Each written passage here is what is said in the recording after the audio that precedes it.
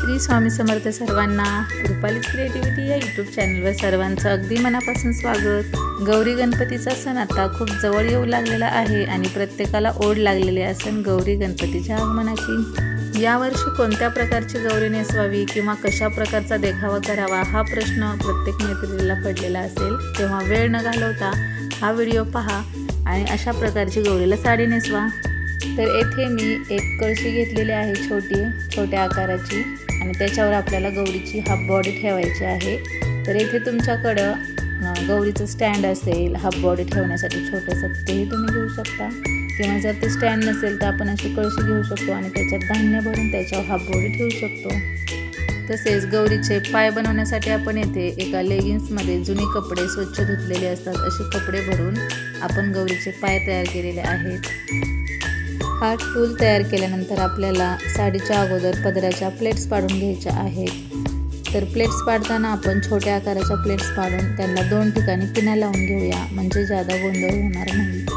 पदराच्या plates काढून झाल्यानंतर आपल्याला साडीच्या निर्यांच्या प्लेट्स पाडायच्या आहेत। तर येथे दाखवल्याप्रमाणे पूर्ण साडी न घेता आपल्याला हाफ साडी करायची आहे किंवा पूर्ण हाफ न करता थोडीफार अशी व्हिडिओत दाखवल्याप्रमाणे निमार्दी साडी करून त्याच्या प्लेट्स पाडून घ्याव्यात। या प्लेट्स झाल्यानंतर येथे देखील आपल्याला पिन लावून घ्यायची आहे। अशा प्रकारे अगोदर प्लेट्स पाडून घेतल्यानंतर साडी नेसवताना आपल्याला जास्त गोंधळ होत नाही।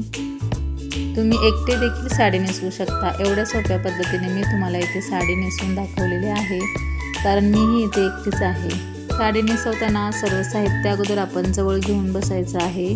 तर येथे मी त्या कळशीभोवती साडी गुंडाळलेली आहे। तर शेवटी आपल्याला एक हात नेसता भाग सोडायचा आहे पाठीमागं गुंडाळण्यासाठी आणि त्याच्यानंतर एका नाडीच्या साहाय्याने निर्या बरोबर अशा बांधून घ्यायच्या आहेत आणि याच्यानंतर मग आपण जी हाफ बॉडी मिळते ती ठेवायची आहे त्याच्यामध्ये। तर ती देखील व्यवस्थित बसली आहे का ती चेक करायची कारण याच्यानंतर मग आपल्याला मुखवटा बसवल्यानंतर ते हलू वगैरे नाही त्याच्यामुळे पूर्ण धान्य भरून घ्यायचं आहे आणि पॅक असं बांधून घेतलं तरी पण चालेल पण इथे मी तुम्हाला तात्पुरतं दाखवलं आहे त्याच्यामुळे मी काही बांधलेलं नाही आहे।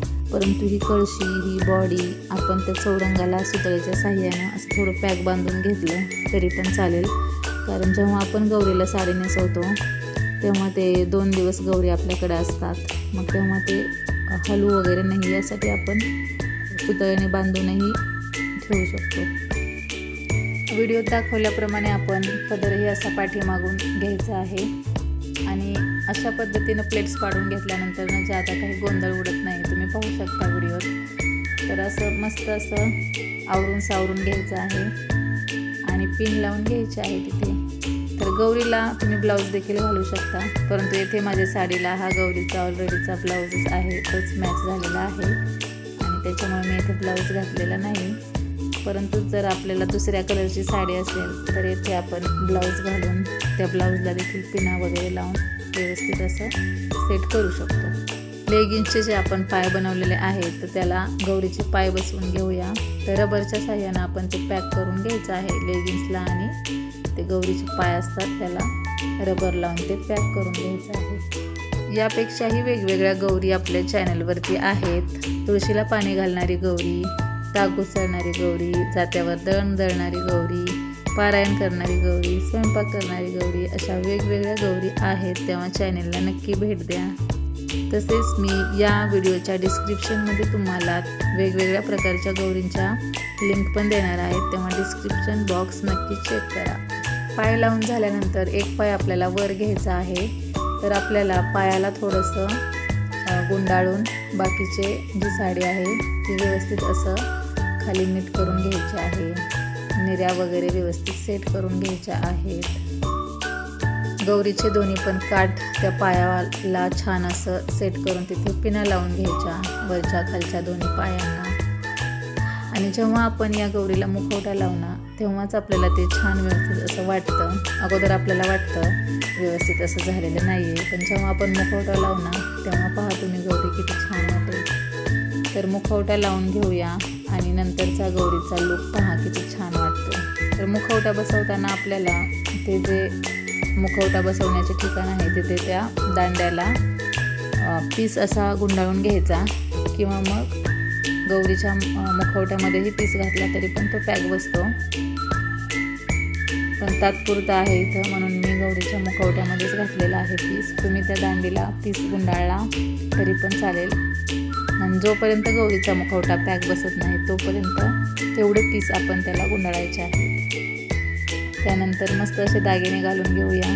दागिने घातल्यानंतर गौरीचं रूप खूपच खुलून दिसत आहे.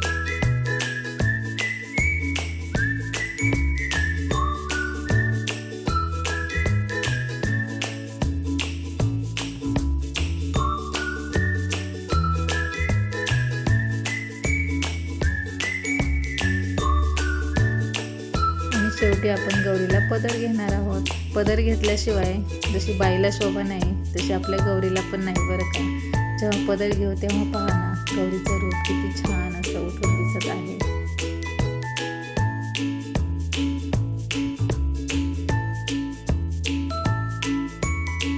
पदर घेऊन पदर खाली पडू नये म्हणून आपण पदराला आणि त्या ब्लाऊजला मस्त अशी पिन लावून घ्यायची आहे, म्हणजे तो पदर आपला खाली निसटणार नाही. किंवा मग डोक्यावरती टू साईड चिकट टेप लावला पदराला तरी पण चालतो.